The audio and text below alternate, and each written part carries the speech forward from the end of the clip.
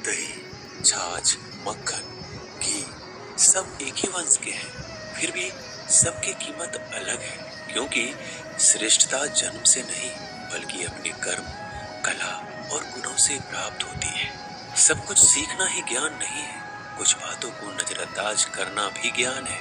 तुम बस सब्र करो, भगवान पर भरोसा करो, वो चमत्कार भी होगा जिसका तुम्हें इंतजार। नफरत का कोई अस्तित्व नहीं होता, वह केवल प्रेम की गैर हाजिरी का परिणाम है।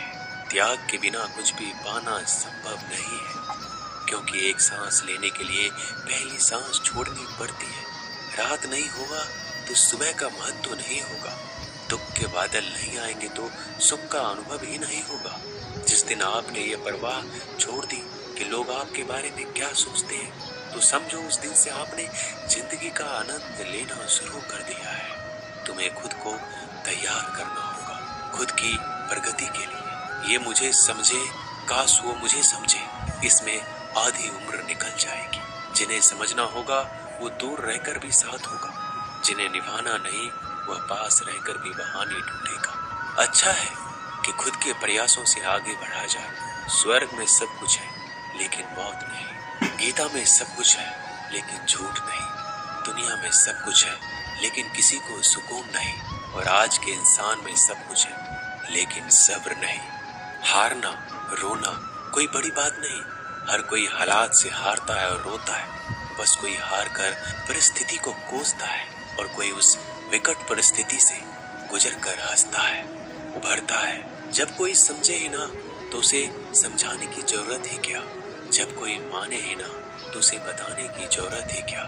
जिन रिश्तों में एक दूसरे की भावनाओं की कदर ना हो, उन रिश्तों को जबरदस्ती खींचने की जरूरत ही क्या। श्री कृष्ण कहते हैं, रूठ जाने के बाद कसूर चाहे किसी का भी हो, बात शुरू वही करता है जो प्रेम करता है। आशा मत खोना, आप कभी नहीं जानते कल आपके लिए क्या लाने वाला है। चिंता मत करो, एक दिन भगवान तुम्हें सारी खोई हुई मुस्कुराहटें लौटा देंगे और फिर तुम पहले की तरह मुस्कुराओगे। विश्वास रखिए, अगर आप किसी के लिए निस्वार्थ कुछ अच्छा करोगे तो कहीं ना कहीं आपके लिए कुछ बहुत अच्छा जरूर हो रहा होगा। लोग कीचड़ उछाले तो परवाह ना करो, इंसान केवल वही दे सकता है जो उसके पास होता है। बिना किसी शिकायत और निंदा के सिर्फ एक दिन बिता कर देखो, शांति और खुशी नहीं ढूंढनी पड़ेगी। लोगों को इस बात से कोई फर्क नहीं पड़ता कि आप खुश हो या नहीं, उन्हें तो बस फर्क इस बात से पड़ता है कि आप उन्हें खुश रखते हो या नहीं। कुछ रास्तों पर अकेले ही चलना पड़ता है, ना दोस्त ना परिवार, बस आप और आपकी हिम्मत। कभी थक कर लोग वैसे ही बन जाते हैं जैसा होने का दुनिया उन पर इल्जाम लगाती है।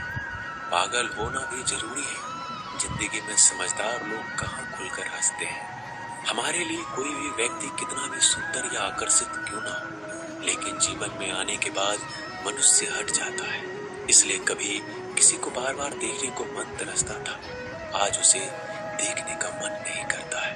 कभी उसकी बातें मीठी लगती थी, आज उसकी बातें चुभने लगती है।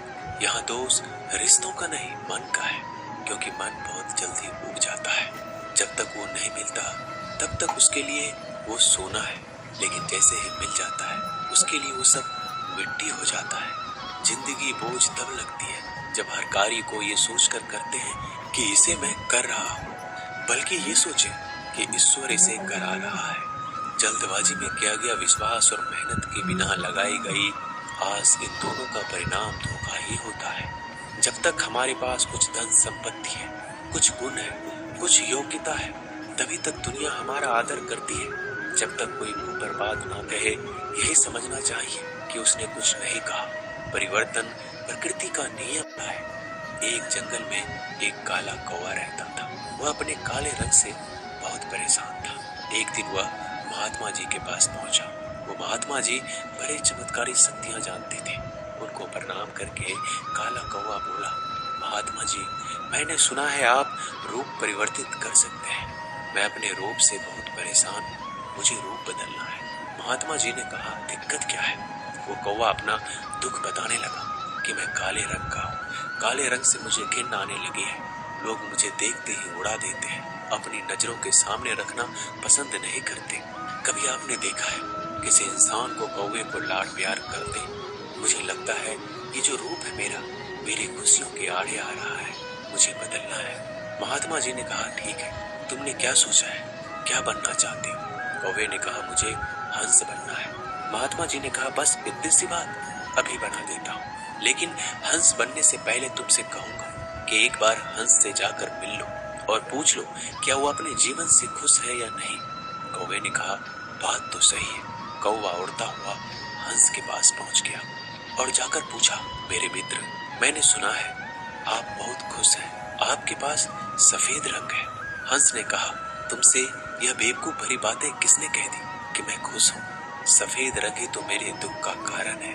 कौवे ने कहा, सफेद रंग से क्या दिक्कत हो सकती है, इतना प्यारा रंग है, मुझे तो बड़ा अच्छा लगता है। हंस ने कहा, तुमने देखा है जब लोग मर जाते हैं, अर्थी उठाए जाते हैं, तो अर्थी पर सफेद चादर ढकी होती है, ये भी कोई रंग है सफेद? मैं बड़ा परेशान हूँ, मुझे मौका मिले तो मैं अपना रूप बदल लूं। कौवे ने कहा, आप भी रूप बदलना चाहते हैं तो चलो एक महात्मा जी के पास, वैसे तो किसी का भी रूप बदल देते हैं। वैसे आप क्या बनना चाहते हैं? हंस ने कहा, मैं तोता बनना चाहता हूँ, क्योंकि तोते का शरीर कई रंगों से बना होता है। उसके बाद कौवा और हंस महात्मा जी के पास कहने लगे, हमें तोता बना दो। महात्मा जी ने कहा, ठीक है, मैं तुम दोनों को तोता बना देता हूँ, लेकिन पहले तोते से मिलकर आओ, क्या वो अपने जीवन से खुश है? दोनों तोते के पास गए, उसकी तारीफ करने लगे। तोता, तुम तो बड़े खुश रहते हो, बहुत से लोग तुम्हारी प्रशंसा करते हैं। तोते ने बहुत ही उदास होकर कहा, मैं अपने जीवन से खुश नहीं। हरा रंग देखो कितनी दिक्कत देता है, मैं खुश नहीं रहता। मेरे इस रूप की वजह से मुझे लोग पकड़ कर ले जाते हैं और अपने घरों में पिंजरों में कैद कर देते हैं, फिर बुलवाते हैं। मैं तो परेशान हो गया हूँ, लोगों ने मुझे अपने मनोरंजन का साधन बना लिया है। मुझे मौका मिले तो मैं रूप बदल लूं। ये दोनों एक दूसरे को देखने लगे। कौवा और हंस ने कहा, चलो भाई, रूप बदल देंगे। एक महात्मा जी है, वो हमारा रूप बदल देंगे। तीनों उड़कर पहुंचे महात्मा जी के पास और बोले, मैं मोर बनना चाहता हूँ। तीनों ने कहा, हमें मोर बना दीजिए। महात्मा जी ने कहा, ठीक है, बना देता हूँ, लेकिन उससे पहले मोर से जाकर मिलो और बता तो करो वो खुश है कि नहीं। फिर तीनों मोर के पास गए। मोर से पूछा, तुम तो बड़े खुश लगते हो, तुमसे खुश इस दुनिया में कोई पक्षी नहीं है। इतने सुंदर पंख, इतना सुंदर रूप, क्या नृत्य करते हो?